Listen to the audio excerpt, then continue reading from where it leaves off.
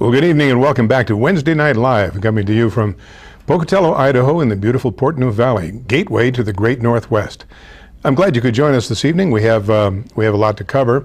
We're going to reprise a little bit, if you will, of the 9/11/01 and 9/11/12 and talk a little bit about the attacks on our country. So some of this will be old news, some of it will be news, but I think it's important that we not forget how we got to the mess we're in today. And if you've been watching any of the news today on CNN, Fox, even MSNBC at times, you can't help but scratch your head and think, where in the world are we going?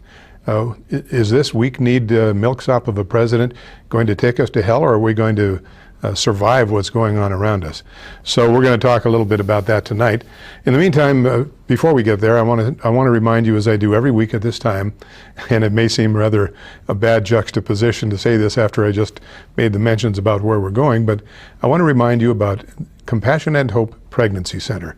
I tell you every week about this organization. They are a good, a really godly group whose sole purpose in life is to help new life come into the world or stay in the world. And if you happen to know, for instance, of an unwed mother who is having difficulty meeting the challenge of being an unwed mother, or perhaps this is an unexpected pregnancy that she's young enough and perhaps can't tell her parents about, or she's afraid to tell her significant other, whatever it is, if you know of a young woman or woman at all who is in need of someone to give her some support, some compassion and hope, then I would ask you to call 478-HOPE, 208-478-HOPE. They are a shoestring operation. They are operated by volunteers.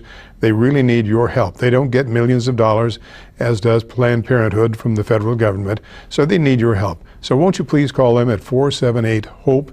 See what you can help them with financially or materially. I know you'll feel good about it, and especially knowing that you have helped perhaps save a life. So, and God will bless you for that. Now, let's get into tonight's program.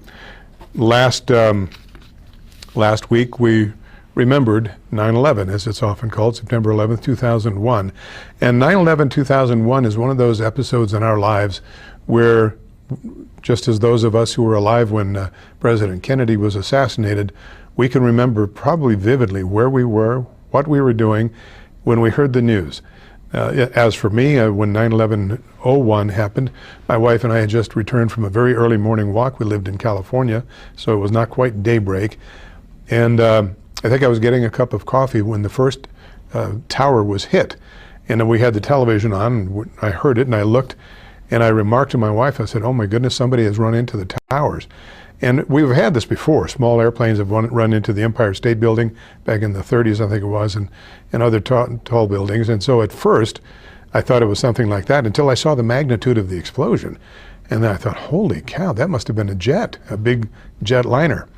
And as we were talking and trying to listen for the information and trying to mull this over, of course, as you well remember, we vividly got to see the second jet as it crashed into the buildings. So we're going to start our program with a brief series, just clips of the aircraft and what happened. This is without sound. I deliberately put it without sound because I want you to remember, as you watch just a couple minutes, of the horrendous occurrence of September 11, 2001. Remember where you were and how this struck you. So Josh, are we wound up on the first one? Okay, let's go with this first one. And can you leave that open for me to voice over on that, Josh? Okay. So here you see a fireman looking up. He's heard a jet going over, and then we see the impact on the building. And you can only imagine if you were there. I mean, on television it was big enough, and look at the fireball from that. This was a jet liner filled with gasoline. It had just taken off roughly an hour before, so it had plenty of jet fuel in it. There's a long shot, another close-up. One of the things that you won't see in here, and I don't think we captured it, was the people who jumped. The fire itself was so horrendous that people finally had to choose between being incinerated or whatever they thought, just getting away from the fire. And I forget how many, I believe it was well over 100 people actually fell to the death or leapt to their deaths. And here's the second aircraft. Now, according to Rosie O'Donnell and a few of her ilk, this was not, this explosion you saw there was not caused by an airliner or a jet. This was all caused by our own government, according to Rosie O'Donnell and a number of other people who have gravitas and have some stature in the community. This was our own government so that President Bush could then take us to war. And I think, well, who are you going to believe, me or your lying eyes? Because there's no question as to what happened. We all certainly saw that second jet. There's another view of it coming in. And I can't help but every time I see that, think of the passengers on that jet. I gathered they didn't all quite understand what happened, and when it did, of course, it was too late. They didn't know. Certainly the madmen that flew that aircraft, or that flew both aircraft, into the Twin Towers, they certainly knew what they were doing. I watched a very interesting special the other night that included some of this footage, a couple hours long, and it went through the whole thing, talking to the firemen, policemen, citizens, people who had been up in the building and had escaped, various acts of heroism and exchanges of gratitude. It was breathtaking in the scope. So here we are, a nation at peace as far as we know, and the religion of peace decided that they were going to show Uncle Sam who's boss. They were going to stick their thumb in their eye and show us that the religion of peace wasn't going to put up with us any longer. And of course, Osama bin Laden engineered this. And there are so many things around this. The conspiracy theorists abound around this, but suffice it to say that about 3,000 people died in just several hours on that dreadful, dreadful day. And then shortly after these clips, you're going to see what a real president looked like when he was faced with an act of war, an act of aggression against us. Instead of managing the enemy or controlling outcomes or anything, whether you agreed with George Bush or not, or whether you liked him or not, and I was not a sycophant of his. I didn't follow him blindly down the trail. Remember this, he was very young into his presidency. He was within his first year, I think it was 7 or maybe 9 months into his first year when this hit. And he was still way down on that learning curve. And then he spoke to us. Hunt down and punish those responsible for these cowardly acts. I've been in regular contact with the Vice President, Secretary of Defense, the National Security Team, and my cabinet. The resolve of our great nation is being tested. But make no mistake, we will show the world that we will pass this test. The deliberate and deadly attacks which were carried out yesterday against our country were more than acts of terror. They were acts of war. I can hear you, the rest of the world hears you, and the people who knock these buildings down will hear all of us soon. Whether we bring our enemies to justice or bring justice to our enemies, justice will be done. Every nation in every region now has a decision to make. Either you are with us or you are with the terrorists.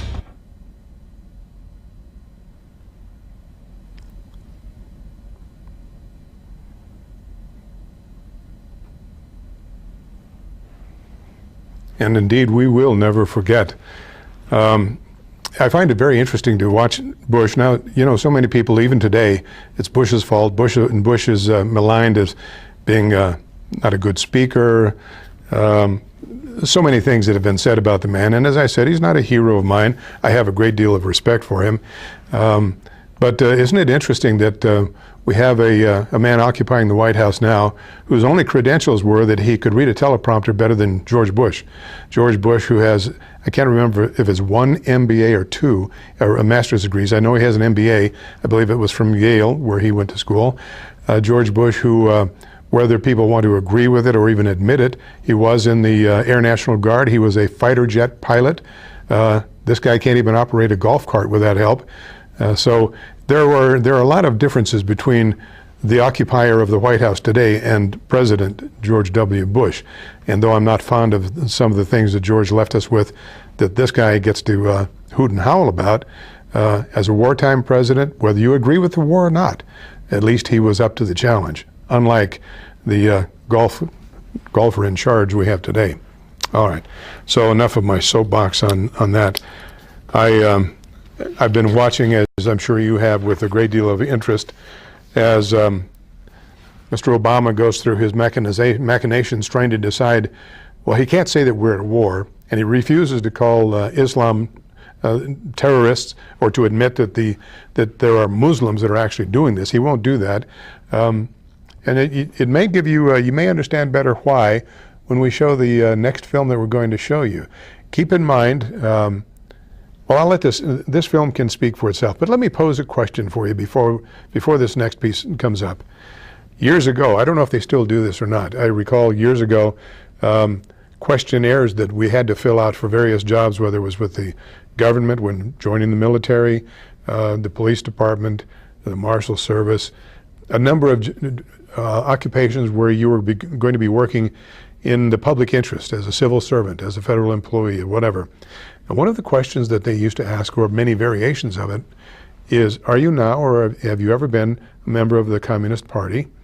Do you belong to any organization that advocates the violent overthrow of the United States government? Do you belong to any covert groups? And they had all different ways of doing this, but basically they were asking, are you with us or against us? And I find it very interesting that nobody wants to ask this about Islam. Now think about what I just said. Islam, and you will see this in one of our later presentations, Islam is more than just a religion. It is an entirely self-contained state, regardless of where it's practiced.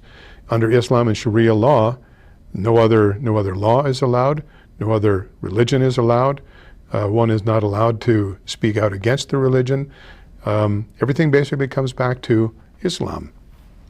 And the fact that the Muslims, ranging from the most vicious, or however you want to put it, those who are most violent, to the very quietest, but who still belong to Islam, basically are subject to the same laws.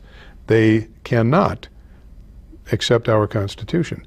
They cannot accept our laws because they are Judeo-Christian.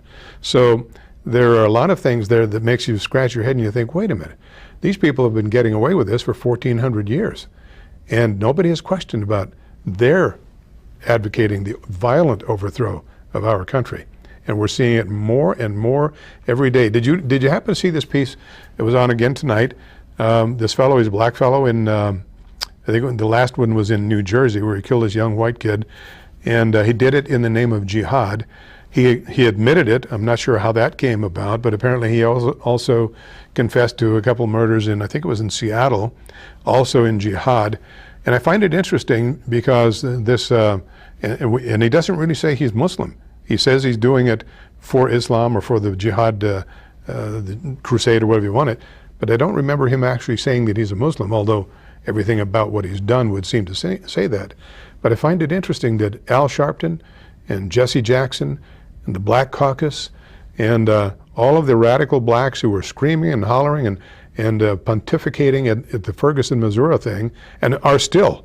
I was watching the news before I left on CNN, and there was a woman lawyer and another fellow that were debating about the whether or not there would be a bill brought back in the investigation going on in Ferguson.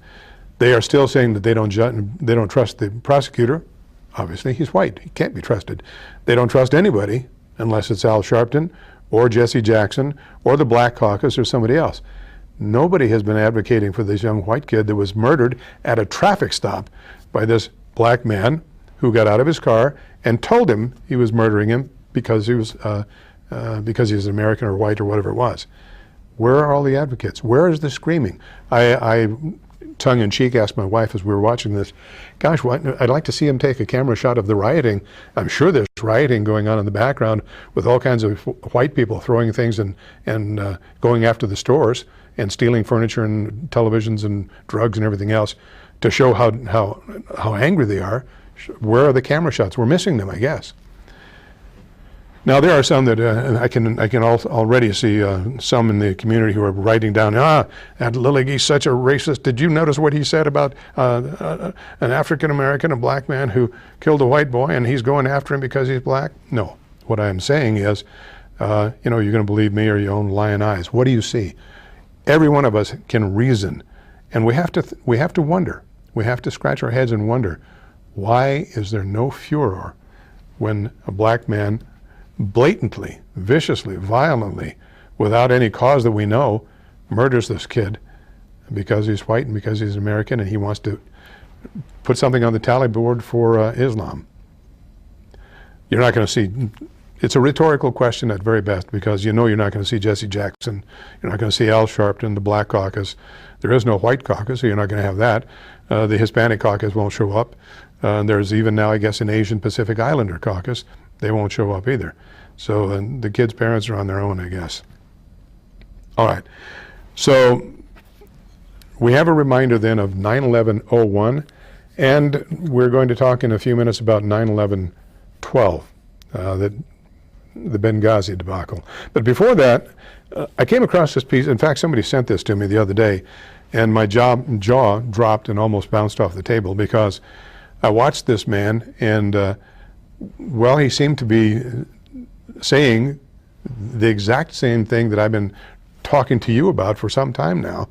And I thought, well, it's nice to have a Muslim, or a former Muslim, he is now a Christian, to at least kind of validate what I've been talking about, because sometimes you can feel like a lone voice, and people are sharpening their knives for you, they're sharpening their pencils so they can go after you for having any thoughts contrary to the popular thoughts.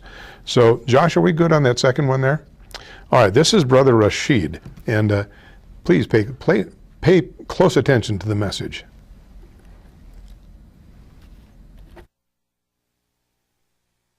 Dear Mr. President, with all due respect, sir, I must tell you that you are wrong about ISIL. You said ISIL speaks for no religion. I'm a former Muslim. My dad is an imam. I spent more than 20 years studying Islam. I hold a bachelor degree in religious studies, and I'm in the middle of my master's degree in terrorism studies.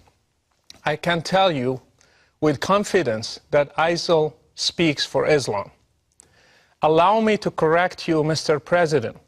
ISIL is a Muslim organization. Its name stands for Islamic State. So even the name suggests that it is an Islamic movement. Their leader, Abu Bakr al-Baghdadi, holds a PhD in Islamic studies. I doubt you know Islam better than he does. He was a preacher and a religious leader in one of the local mosques in Baghdad. ISIL's 10,000 members are all Muslims. None of them are from any other religion. They come from different countries and have one common denominator, Islam. They are following Islam's Prophet Muhammad in every detail. They imitate him by growing their beards, shaving their mustaches, and in the way they dress. They follow his command in the Hadith to differentiate themselves from the infidels by wearing their watches on the right instead of the left hand. They implement Sharia in every piece of land they conquer. They pray 5 times a day. They have called for a Caliphate, which is a central doctrine in Sunni Islam, and they are willing to die for their religion. They are following the steps of Islam's Prophet Muhammad to the letter. By the way, if you want to understand ISIL, read the oldest biography of Muhammad by Ibn Hisham. This is their model for action. You think that ISIL does not speak for Islam because they beheaded an American and they killed those whom they consider infidels. In the same way, Islam's Prophet Muhammad beheaded in one day between 600 and 900 adult males in a Jewish tribe called Banu Qurayza. In fact, beheading is commanded in the Quran, in Surah 47, the 4th verse. It says, when you meet the unbelievers and fight, smite at their necks. Ironically, this surah is called the Surah of Muhammad. Killing prisoners is also an order from Allah to Muhammad and to all Muslims. It says it is not for a prophet to have captives of war until he inflicts a massacre upon Allah's enemies in the land. Quran 8:67. And by the way, 3 of Muhammad's wives were Jewish girls he kidnapped from his raids on the religious minorities, just as ISIL is doing today. Mr. President, I grew up in Morocco, supposedly a moderate country, yet I still learned at a young age to hate the enemies of Allah, especially Jews and Christians. These are represented today by Israel and the West, especially the great Satan, America. I prayed 5 times a day, repeating Al-Fatiha, the first chapter in the Quran, asking Allah to lead me not in the way of those who went astray, and those who have the wrath of Allah upon them. We all knew that it is Jews and Christians. We have been brainwashed to hate all of you in our sacred texts, in our prayers, in our Friday sermons, in our educational systems. We were ready to join any group that one day would fight you and destroy you and make Islam the religion of the whole world, as the Quran says. This is what I and millions like me have been taught. Mr. President, this is an irrevocable fact. Fortunately, when I grew up, I chose to leave Islam and became a Christian because I believe that God is love. Others also left, and still every day they are leaving Islam and choosing different paths for their lives. All of them are suffering today because, again, Islam's Prophet Muhammad said, whoever changes his religion, kill him. I left Morocco under persecution. I was fortunate. Others throughout the Muslim world do not have the same opportunity. They are paying a heavy price in different ways in order to get their freedom one day. I ask you, Mr. President, to stop being politically correct, to call things by their names. ISIL, Al-Qaeda, Boko Haram, Al-Shabaab in Somalia, the Taliban, and their sister brand names are all made in Islam. Unless the Muslim world deals with Islam and separates religion from state, we will never end this cycle. Until you deal with the root of the problem, you will be just dealing with the symptoms. ISIL is just one symptom. If it disappears, other ISILs will be born under different names. You might ask, then why does ISIL kill other Muslims? The answer is that they consider them infidels, not Muslims. Do you know that all 4 schools in Islam agree that if a Muslim stops praying, he should be asked to repent, and if he does not, he should be killed? Do you know that Muhammad tried to burn his own companions when they stopped coming to prayers? So anything that qualifies a Muslim to be an infidel can be a reason for killing him, even neglecting to pray. If Islam is not the problem, then why is it that there are millions of Christians in the Middle East, and yet none of them has ever blown up himself to become a martyr? Even though they live under the same economic and political circumstances, and even worse. Why have many Muslims in the West also joined ISIL if Islam is not the reason? Why have even new converts to Islam become terrorists?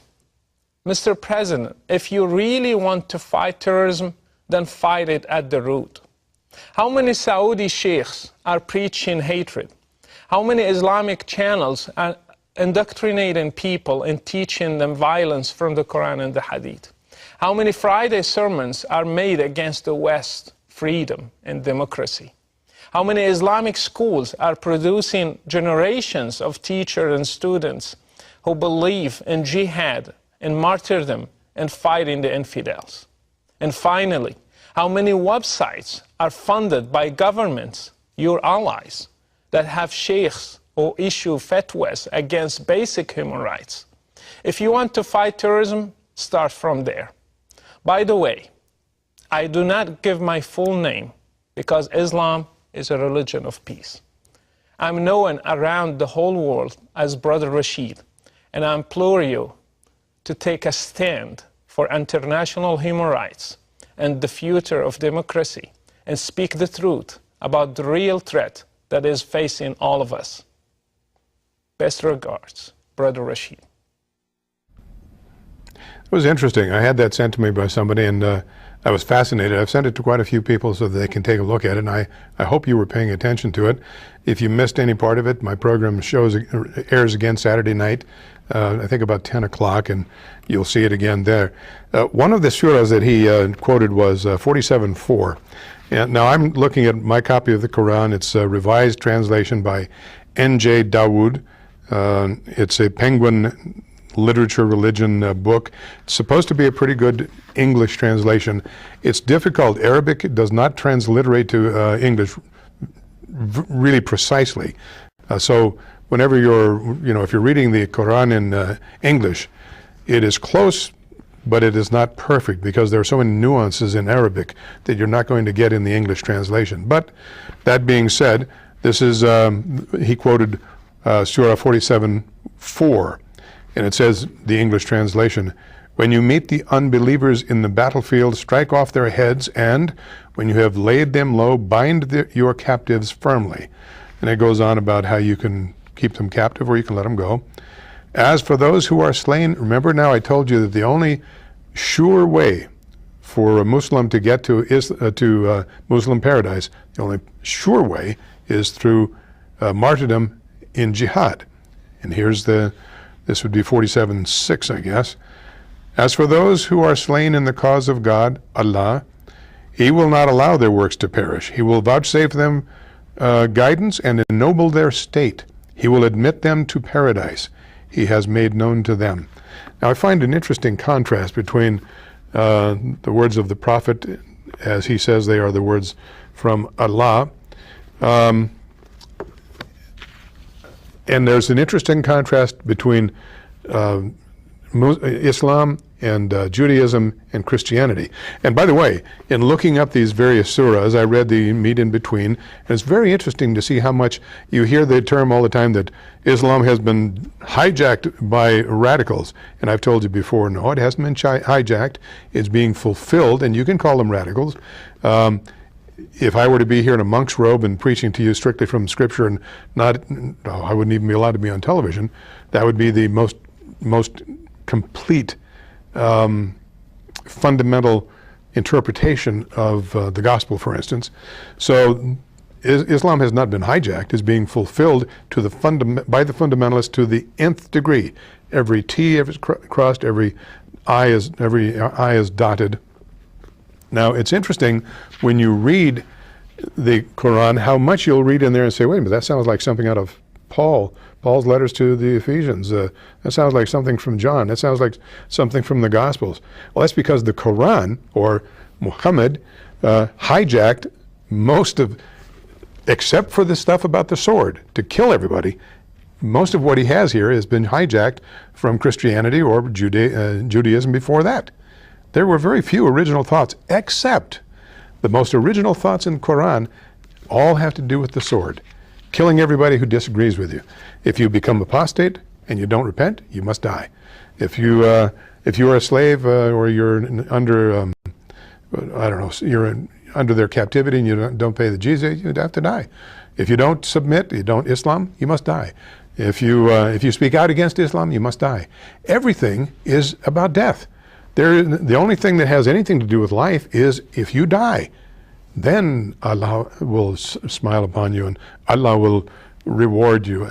Everything in this is about death. It is a very dark religion. Now, are there pieces in here that are beautiful? Absolutely. And they're also beautiful when you see them in the Gospel of Christ. They're also beautiful when you see them in the Pentateuch, because that's where they came from. The only things that didn't, for instance, here's one that I'll give you. Quran 9:23, make war on the infidels living in your neighborhood. Now, that's a loose translation. What did Jesus say? Jesus said, love your neighbor as yourself. What a contrast. Allah, according to Muhammad, says, make war on the infidels living in your neighborhood. In other words, anybody who's not a Muslim. Jesus said, love your neighbor. An incredible contrast. All right.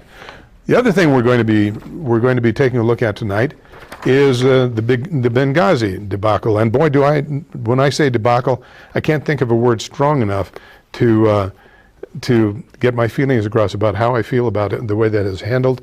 I'm sure many of you feel the same way.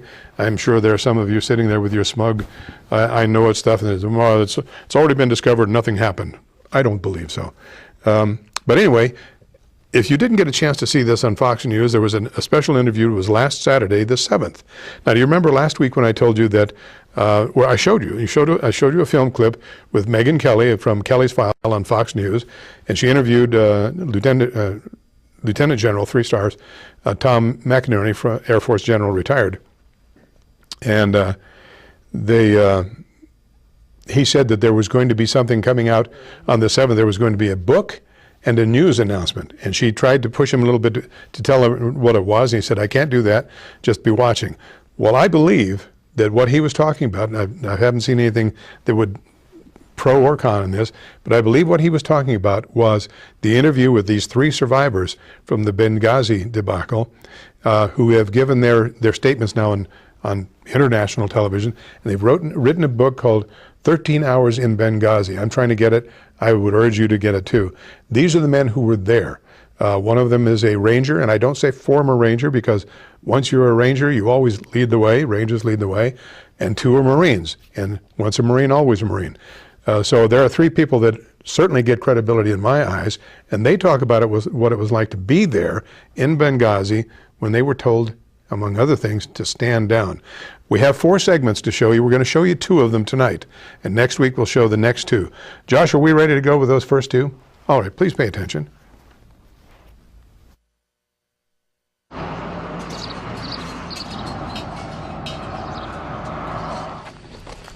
I grew up out on the farm, rode horses as much as I could, and worked with cattle. My mom had a book that asked what your career would be or what you wanted to grow up to be, and mine was always either a police officer, a firefighter, or a soldier.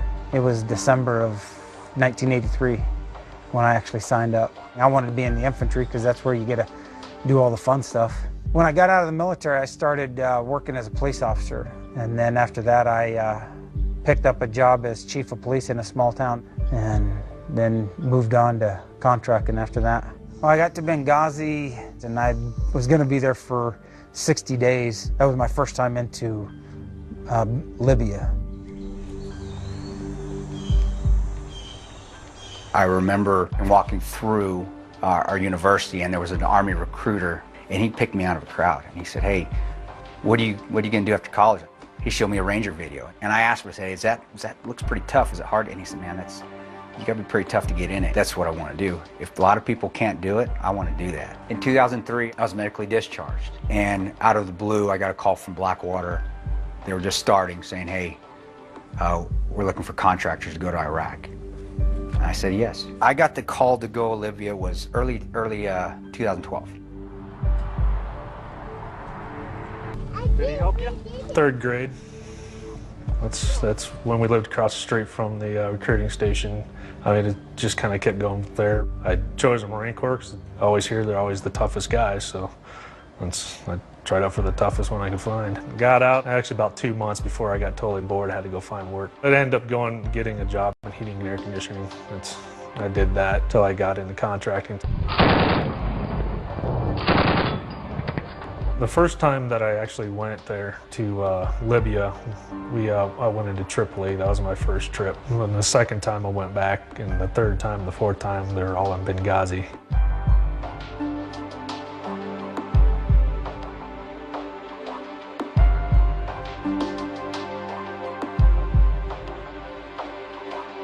This attack lasted 13 hours.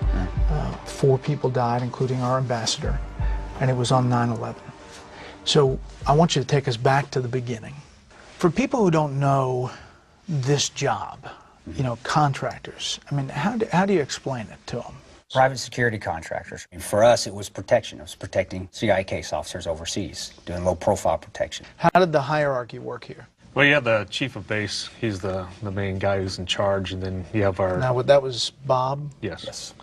And then you have the team lead, which would be in charge of us. You know, our team leader is a staffer. He's an employee for the agency, and then all us contractors are like, if you talk it military-wise, we're like the enlisted folks. Other members of your team are not here. Obviously, Tyrone Woods, who you called Roan. There are two other members who remain anonymous, right? Yes, correct. Jack and DB. Correct, yes. So you were set up to protect the annex, which was the CIA. The personnel at the annex, yes. This gives us a perspective of the other facility there, which was what you guys call the consulate. Where are we here? Here's the consulate, and then here's us. Here's our compound. So, pretty close. About 3/4 of a mile as a crow flies. About I'd say mile drive, if maybe a mile. If you did the whole thing. So this site, was it well protected? Ooh, who wants to take that one? No, it looked nice. It was a beautiful compound. I mean, it had orchards. It had a really nice house. Had a swimming pool. They had their own security. They were their own security. They were their own, yeah. Diplomatic security. The diplomatic security. They didn't have like an American force, like a Marine detachment. They did it themselves. So what'd you tell them? Me and my bluntness, I said, you know, if you guys get attacked, you guys are going to die. You know that, right? And I remember I said, if you ever need us, you just call us. We'll come get you. What's your reaction when you hear ambassadors coming to Benghazi on September 10th, September 11th, of all days? And you were like thinking, you know, there's only 5 guys to protect him, and that's a huge compound. All right, so 9/11 comes. Pretty routine day, it sounds like. Yeah, it during the day? It was actually normal day, just doing normal task stuff, task organization stuff. You had to move late, I guess it was late in the afternoon? Or late afternoon, early evening. Went out to meet some people for dinner. Normal night. Town looked normal. There was nothing that looked any different than any other day. And there was no whisper that this video was a major problem in Benghazi or something? Didn't know about video until I got to Germany. No idea about any video, no. No, sir. All right, so how do you hear that something's wrong? Our team leader, he actually came across the radio, and I remember, I looked at my watch, and it was 9:32 when I got the call, first got the call on the radio that said, hey, you know, we need all GRS. GRS? What is that? GRS operators? Global Response Staff. Global Response Staff, yep. And I remember I looked at DB and said, hey, something's going on. We're going to do something tonight. Just grabbed my stuff, threw my shoes on, and started moving to our team room. Where were you? Myself and Jack were in Building D. I was just getting undressed, getting ready to go to bed. I meet the TL about halfway, about right there, and I said, hey, man, what's happening? And he goes, the consulate center attack. You can start hearing the fire, the actual concentration of fire and some explosions. It was a relatively quiet night in Benghazi, and by 9 o'clock, the 7 Americans in the compound are settling down for the night. You've got the ambassador in his room writing in his diary. You've got Sean Smith, the communications expert, online talking with a friend. And you've got 5 diplomatic security agents. Somewhere around 30 or 40 minutes later, men stream onto the compound, bearing AK-47s, chanting in Arabic, shooting off their guns. Almost instantly, they've overrun the compound. The 17 February militiamen who were supposed to be guarding the compound, but they just flee. Now, you ready to go? 5 minutes, we're ready. Thumbs up, we're ready to go. Then what happens? I went up to the TL, and I said, hey, we're ready to go. Bob looks right through me and looks at the team leader and goes, you guys need to wait. He's on the phone talking to somebody. I assumed they were trying to coordinate us to link up with 17 February. Which is the local militia. Which is a local militia. It had probably been 15 minutes, I think, and I got out of the car, and Bob and the team lead were standing on the front porch, and I just said, hey, you know, we need to get over there. We're losing the initiative, you know. And Bob just looked straight at me and said, stand down, you need to wait. We're starting to get calls from the State Department, guys, saying, hey, we're taking fire. We need you guys here. We need help. Yeah, we were talking about it in the cars. On our radars, what the hell's going on? Why are we waiting? Ambassador Stevens and Sean Smith are forced to take refuge in a specially protected area, the safe haven inside the villa. With them is Scott Wickland, a security agent charged with protecting the ambassador. They hide behind a locked gate. Wickland waits in the shadows with a rifle, ready to shoot anyone who tries to enter. The attackers can't get in, but use nearby diesel fuel to set the villa on fire. From beginning to when you're ready to go, thumbs up, you're ready to go out, to the time when you actually pull out, what's that time frame? It's close to 25 minutes. I went up to Bob. I said, hey, we need to go. And got the weight again. And I got in the car, I told the TL, get in the back seat. And looked at Ron. He gave me a thumbs up, I gave him a thumbs up, and we left. And you guys did that pretty much on your own. Yes, we did. We were never given the okay to go. We got the final straw for us to go, at least that's my opinion, and how I felt, was where one of the DS agents said, hey, they're starting to light the buildings on fire. You guys need to get here. They used the word stand down. A number of people now, including the House Intelligence Committee, they insist no one was hindered from responding to the situation at the compound. The committee's wording was, quote, there was no stand-down order given to American personnel attempting to offer assistance that evening. So what do you say to that?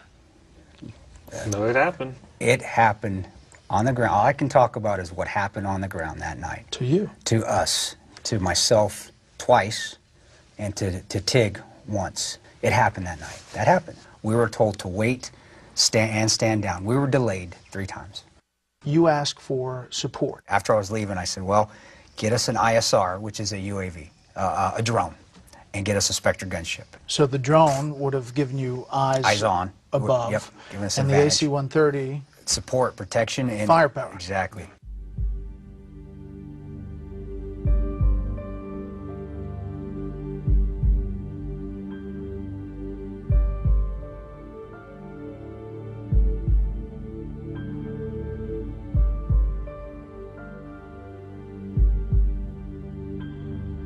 I still remember it. It gives me kind of chills. It says, they're lighting the buildings on fire. If you guys do not get here, we're going to die. Scott Wickland leads Ambassador Stevens and Sean Smith to a spot in the bathroom inside the safe haven. The window there is barred, and acrid smoke billows into the area. He hopes to get them to a nearby bedroom, which has a window that can be opened from the inside. He says, follow me, and crawls toward that spot. It's dark and smoky, but he makes it to the window. He opens it and drops out. Only then does he realize Stevens and Smith haven't followed. He goes back in several times, but can't find them. Finally, exhausted and choking, he climbs to the roof and radios Alec Henderson and Dave Ubben, 2 security agents elsewhere inside the compound. His message? The ambassador and Sean Smith are missing. Now, Tig, you and Jack and Roan are going the front gate. Yes. And it's open? When I was standing right here, and a Land Cruiser came from this direction, I thought it was like bad guys stealing the Land Cruiser, so I drew down my weapon. Then I saw it was the DS guys are actually driving it. And that's when I heard, hey, you know, we can't find the ambassador. So I started moving towards the front porch, getting up on the front porch, and that's when they're pulling Sean's body out of the window. Sean Smith. Sean Smith. But the ambassador's still lost. The ambassador's still lost. Yeah. Tig, you and Tyrone Woods, Roan, go into the building one of many times, but go in, and there's a moment there. He was saying, hey, I can't find my way out. I could just say, come to my voice, come to my voice. But he almost made another right into where I think it was a dining room, and it was just totally engulfed in flames. I reached out, grabbed him, and said, this way, and we just went out and coughed up a couple lungs. Now, Tonto, you're back here with DB. Yes. I looked at one of the Libyan guards in the back. He goes, Mister, come open the gate, open the gate. So I came back, I opened the gate, I looked at the commander. I said, when you come through this gate, you close it and you lock it. And I moved forward, and as we find later, that he didn't do that. And we paid for it. We paid for it down the road. You've been there for a while now, and you can't fight the ambassador. You've been in multiple times. Yep. Then you hear gunfire from outside the compound. And then rocket-propelled grenade. All of a sudden, a big explosion. Bam. Just huge. Where's it hit? It was over in this area. So it's basically on the other side of where we were all trying to mass and collect and get out. And another explosion goes off, and it's coming from the gate that was left open. And I just started returning fire. I was inside the safe haven. That's when I heard the explosion and the gunfire started cracking off. And what'd you do? I moved from here over to here, crouched all the way down. It was the same time a guy with an RPG moved into the view of the gate, and that's what he was coming up here shooting, and he'd run away, come up here, shoot, run away. And just as he was shooting, I shot him. You shot him, he went down. And then it was just weird. It's like a light switch. Everything stopped.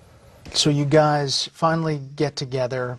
You, what, give up the search for the ambassador? The team leader, he made the call, and we'd done everything that, Tig had been in that house, Jack had been in the house so many times. The State Department guys had now left the compound. They were gone. They were on their way back to ours. Roan tells them, make sure you take a left. And then in the confusion of the counterattack, they take a right. Take a right. I said to myself, well, I can't say what I said to myself on camera, but it was, damn, you knuckleheads.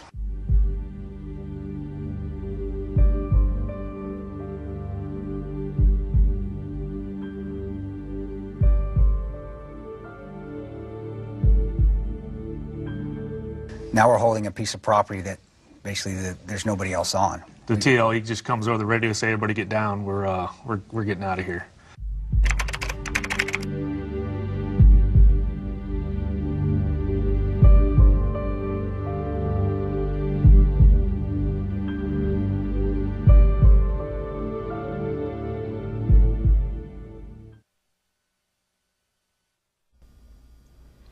Okay, we're pretty close on time.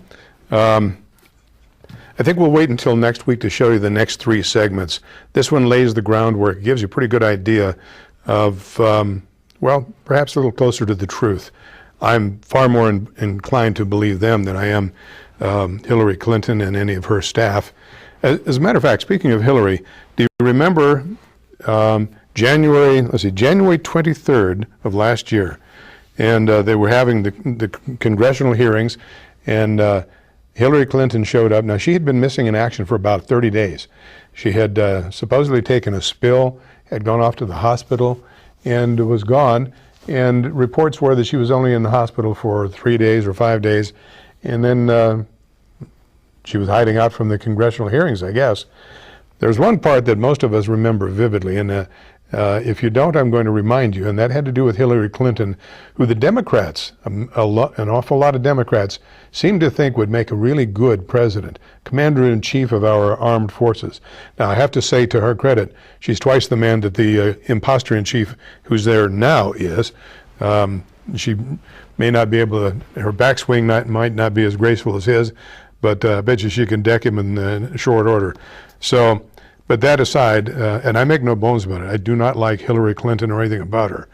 That being said, truth is truth, and here's what she said, the exact quote, when they were putting some pressure on her. And she said, quoting, "With all due respect, the fact is we have 4 dead Americans. Was it because of guys out for a walk one night decide to go kill some Americans? What difference at this point does it make?" And when I saw her with her histrionics, with her fist first pounding on the table, then thrust in the air, what difference at this point does it make? I think everything that I'd ever thought about her coalesced into, this is an evil woman who does not care. She cares about her own future, her own whatever you want to call, but she does not care.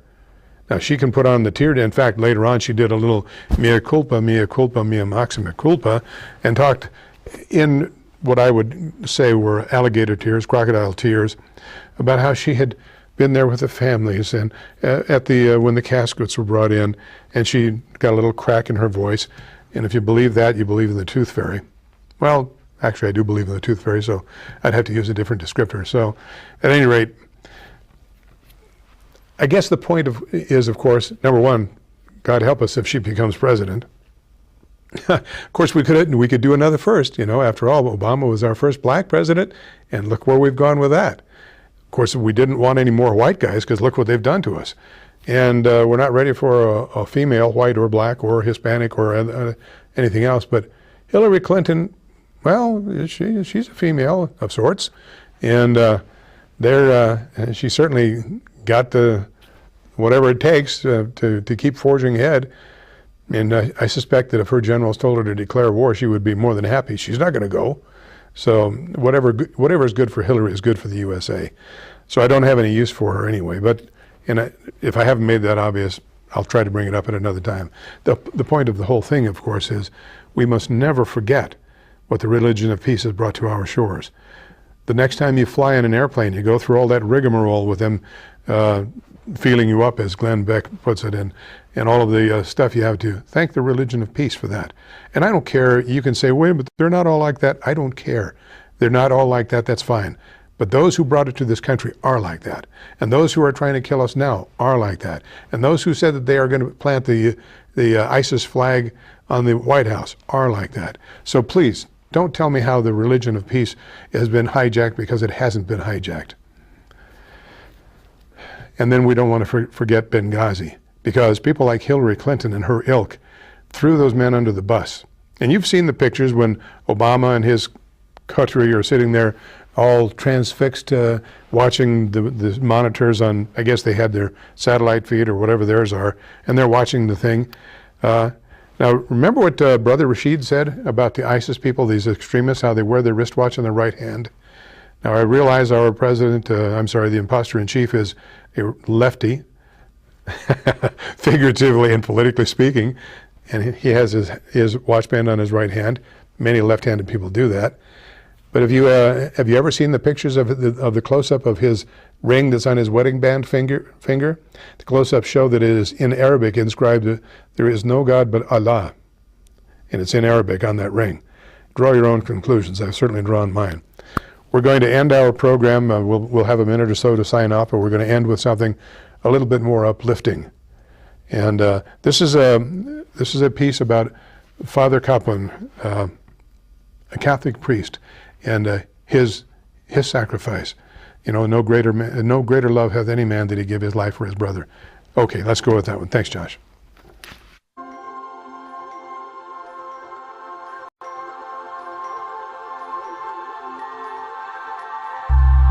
Korean War is one of the darkest conflicts in human history. Millions of people lost their lives in a 3-year span. When the fighting stopped in 1953, a group of U.S. soldiers emerged from the darkness of a prisoner of war camp, bearing an almost 4-foot-high crucifix. It was carved out of firewood with a crown of thorns woven from radio wire. A Jewish POW made it in honor of the Catholic chaplain that men of every faith loved, Father Emil Kaplan. Father Kaplan grew up in rural Kansas, and he was baptized at the parish his parents were married in, eventually became pastor there, but he felt like God was calling him to the front lines. He became a military chaplain, entered the Korean War. He was known for his intense devotion to the soldiers who he called "my boys," and they loved him for it. He put thousands of miles on his Jeep to bring the presence of Christ in the Eucharist to the front lines. He'd often celebrate Mass for them on the hood of his Jeep. On November 2nd, 1950, a battle broke out. He was with a few thousand American soldiers, and they were overrun by over 20,000 communist Chinese forces. In the ensuing chaos, Father Kaplan ran past the front lines into no man's land and dragged people to safety, comforted people who were dying, anointed people who were injured. Even after the sound to evacuate, he kept doing his work. One of the men whose lives he saved that day, Sergeant Herbert Miller, was lying on the ground wounded, and a communist soldier was about to end his life with a rifle.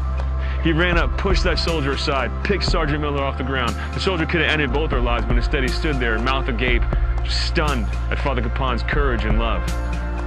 A death march ensued. All the soldiers were made to march over 40 miles. Anyone who straggled or couldn't continue was killed right there. Father Kaplan carried Sergeant Miller and help him walk through that entire 40 miles. And all along, he also helped pick up other soldiers who were about to give up their lives, encouraging them to go on. But the story doesn't end there. In the prisoner of war camp, Father Capon was like a mother to all those soldiers. He found a way to sneak out of camp to get food to supplement their starvation rations. He found a way to make a bowl out of a piece of metal so he could boil water to save the fellow soldiers from dysentery. He'd help keep them clean, he'd wash their clothes, he'd lead them in prayer services. He'd celebrate Mass in secret when he could. And on Easter Sunday, he led them in a prayer service, inspired everyone so much that the whole camp erupted in songs of praise to God. The communists hated him for the hope that he brought to his fellow prisoners. They'd make him stand in the bitter cold naked for hours. They brought him to classes where they'd educate him on communist doctrine. When he finally got sick, they saw it as their chance to get rid of him. They brought him to a death house. That's what the soldiers called it. They called it their hospital, but no one ever came back alive. When they were taking him away, his soldiers were crying, just begging them not to take their priest from them. But he comforted them. He said, "Boys, I'm going where I've always wanted to go. When I get there, I'll pray for you." The last thing they saw him do in this life was bless the men who were taking him to his death and prayed out loud, "Father, forgive them, for they know not what they do." Father Capon is the most highly decorated chaplain in U.S. military history. When he finally got the Medal of Honor in 2013, 9 of the men who he helped survive through that prison camp were present, including Sergeant Herbert Miller, who he had helped carry 40 miles 63 years before.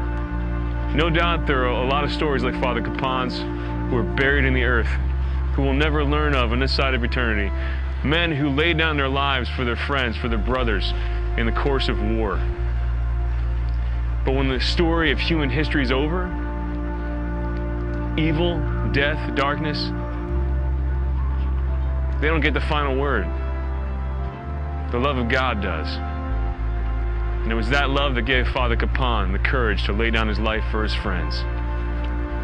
Though I may walk through the valley of the shadow of death, I fear no evil, for you're with me. Father Capon, pray for us.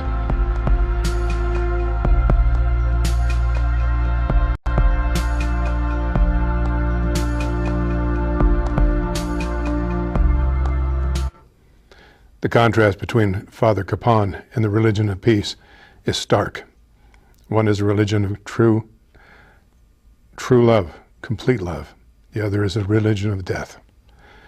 God bless you and yours. Next week is Rosh Hashanah. I urge you to look it up on the internet if you don't already know about Rosh Hashanah. Hopefully you will join us next Wednesday. In the meantime, God bless you and yours. Have a good, safe week. Good night.